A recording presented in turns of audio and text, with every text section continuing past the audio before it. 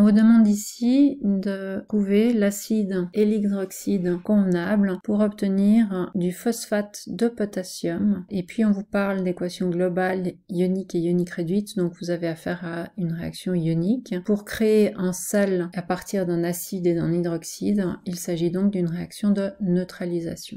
Une réaction de neutralisation, c'est une réaction entre un acide et un hydroxyde qui crée du sel et de l'eau. Nous avons donc ici le sel phosphate de potassium, donc K3PO4, et de l'eau, ce qui signifie que nous avons à disposition nos deux produits. L'eau, lorsqu'elle est produite dans une réaction de neutralisation, provient de la rencontre des ions H+, de l'acide, et OH- de la base. Dans le phosphate de potassium, nous avons l'ion phosphate, 3- et 3 ions K+, pour lesquels nous n'indiquerons pas le nombre, mais seulement le type d'ion, et nous allons créer ici KOH, H3PO4. Pour H3PO4, pas besoin de se demander s'il est soluble, il s'agit d'un acide. KOH, on peut aller vérifier dans la table, cela dit, il contient l'ion K+, le potassium est dans la première colonne, et ainsi nous avons affaire à quelque chose de soluble. De même pour K3PO4.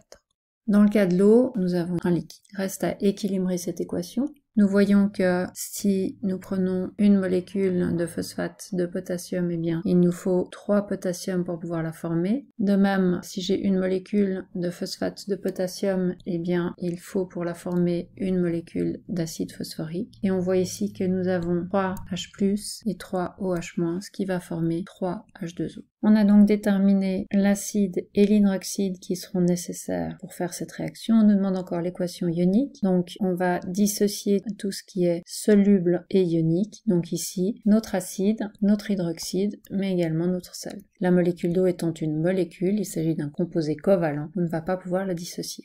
On n'oublie pas, lorsqu'il y a un coefficient stoïchiométrique devant un composé, que ce coefficient concerne tout le composé, qu'il faut distribuer ce coefficient et donc faire apparaître ici le 3 devant chacun des ions.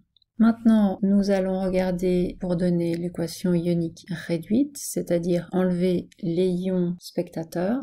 Les ions spectateurs sont ceux qui restent après réaction, qui sont en fait ceux qui existent avant et après réaction sans modification, qui n'ont donc pas réellement participé à la formation d'un nouveau composé. On peut donc écrire que la réaction qui a eu lieu, c'est 3H+, qui ont rencontré 3 OH- pour donner 3 H2O, et en réalité, on peut ici simplifier. La réaction ionique réduite devient H++ plus OH- donne H2O, qui est l'unique équation ionique réduite pour toutes les réactions de neutralisation.